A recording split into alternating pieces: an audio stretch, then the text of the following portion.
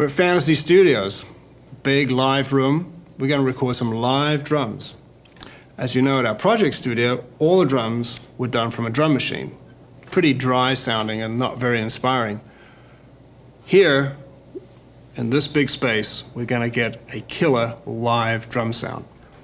This room that we're going to record the drums in is a reasonably live room, but not overly live. So what I've done is I've taken some steps to make it even liver. For instance, right over here on the drums, right underneath them, some plywood. A reflective surface, it helps the sound of the drums. These walls are semi-reflective. So what I've done is down the bottom end of the room, where I put my live room mics, I've increased the reflective surfaces. And one thing I've learned over the years is be inventive. Use whatever stuff is available to you. Like this piano lid. I open it up all the way, more reflective surfaces. On my left over here is a Neumann 87. It's a room mic. It's, from our perspective, left. And there's another one on the right. That's our distant room mic. It's about 25 feet from the drums. Over here, we have our other room mic. This is a Neumann SM69. Stereo microphone. It's in XY. Now, one half of the capsule is going this way, and the other half of the stereo capsule is going that way. And when I combine that with our room mics at the very end of the room, it makes a great big fat sound. This is the centerpiece of my sound, the 3 Neumann U47 tubes. They're vintage, about 40 years old. They're tube, they get hot, but they sound great. Use them on vocals, use them on drums. You gotta be careful with them, they're awfully expensive. This funny little space over here, which looks like we've got microphone stands without mics on them, might wonder what is going on here. Well, inside the bass drum we have an AKG D112, but about 1.5 feet back out, we have a TLM 170. Be very careful. Do not face it directly towards the bass drum. You will blow the capsule out. Always angle it. Now, some bass drums have a necessary kind of low-frequency ring to it. You want to get hold of your money bag or your stone or your brick or something from the outside world and dump it in the bass drum. Now, I like to keep it away from the front skin because what you really want to put in there is a bit of mass. It tightens up the whole sound of the drum. On the other hand, you could also use the bag to get a little closer to the front skin, and that will shut down the sound some more too. Drummers don't usually like to play against it. It's a bit tight. But just putting the bag in there or a stone or a brick or something can really help tighten up the bass drum sound. And now to put the blanket, this packing blanket here, over the framework of these empty mic stands. And what that's going to do, hopefully, is to eliminate the sound of the drums leaking into that open TLM 170. You might want to also try gaffer taping this blanket to the drum head. Get your drummer's permission first, though. Let's have a look at the rest of the kit and see what mics we're using and what sort of angles and what sort of distance from the drums they are. On the hi-hat, we're using a KM84, angled roughly at about 40-odd degrees away from the drums and away from the openness of the hi-hat so you don't get any air blowing into it. On the snare, a 57, up in the air a little bit. You can get in a little closer sometimes, a little bit more presence, but I like to get a bit of air gap between the snare and the skin. Underneath the snare, we got an AKG 452 with a little angle bracket on it. On the tom, we got a 421. Nice angle there, about 2 inches above the skin. And the same thing on the floor tom. A 421, About 3 fingers off the skin, you can see the angle. Drums, left, center, right. From a drummer's perspective, you know, people always ask me about John Bonham, how did you get that drum sound? First thing, John Bonham was an amazing drummer.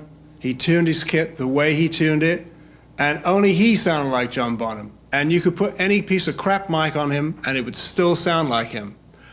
One track that we did over at Stargroves, which was Mick Jagger's house, was in a big, huge room, similar in size to this, but it was all reflective.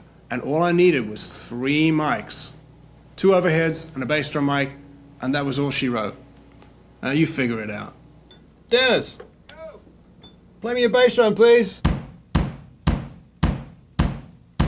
What I'm doing with the bass drum, this is the D112 that's inside. I'm going to give it some EQ. And what I'm going to do is take out some of the lower mids, like we did on the Project Studio, but more radically, and some serious mids, upper mids and highs. And now I'm going to have a quick listen to the other bass drum mic. Sounds a bit dull and lifeless, so we'll give it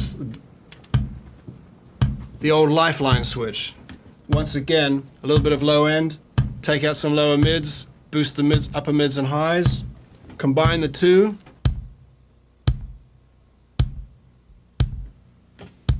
Dennis, play a snare drum, bass drum, hi-hat figure, please. Always ask the drummer to do that. You know why? When he's just playing just the bass drum, he's never going to give you the full wally on the bass drum, as he's doing now. Okay, hold it. That's pretty good. Let's hear the snare, please.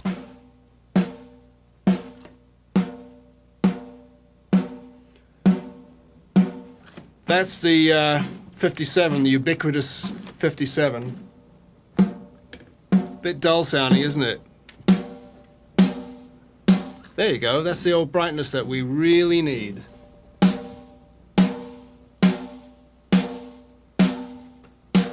Underneath the snare, we have that AKG mic, the 452 with a little angle bracket.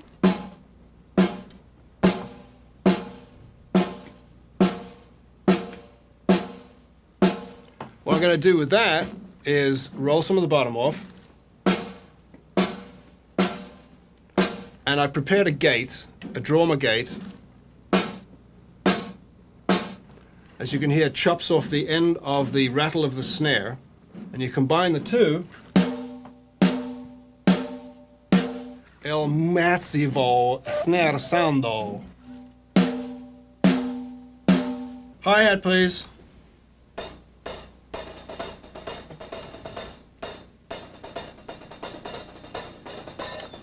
I'm going to stick some EQ in.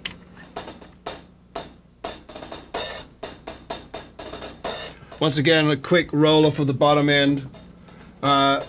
Select your high frequency so it's not nasty. You know, pick the frequency that sounds best for your hi-hat. Don't copy me. Do it your own way. Right, Dennis, snare, bass drum, hi-hat.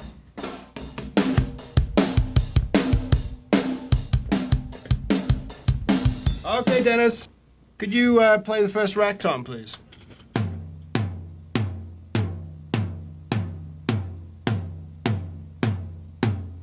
That's happening. And the floor, please.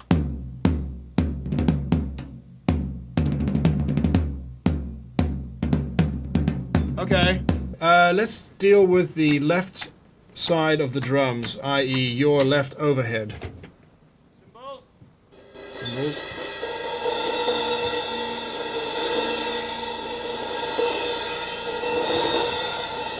Okay, hang on a second. I've got to plug in my Pultec. Just a sec. Okay, go on in.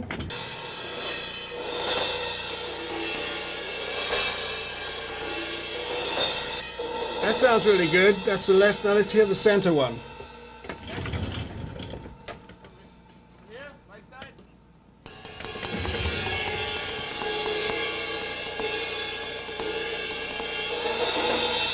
Okay. I'll tell you what, could you play snare, bass drum, hi-hat, and then do a fill around the kit, then go to the rides and the crashes.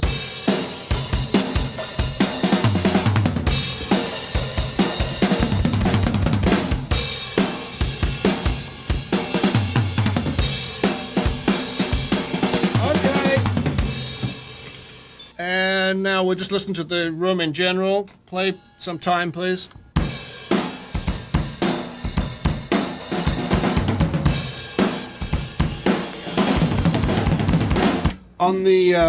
On this room mic, our stereo SM69, we don't really need too much in the way of EQ. I like the natural sound of the mic, so I've just put a little bit of top, a tiny bit of bottom on it.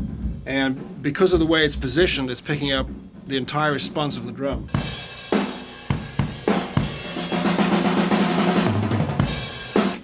As you can hear, you can almost get away with just this one stereo mic and maybe a little filler mic, because if you position your microphones correctly, 2 mics are almost better than 20.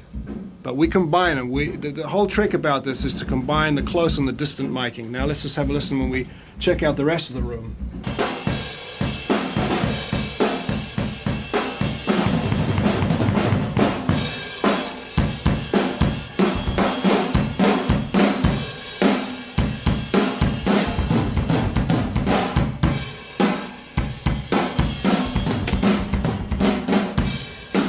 Now, that sound that you're hearing is just the 2 room mics, the bass drum mic, and the snare mic. And that's all you're hearing.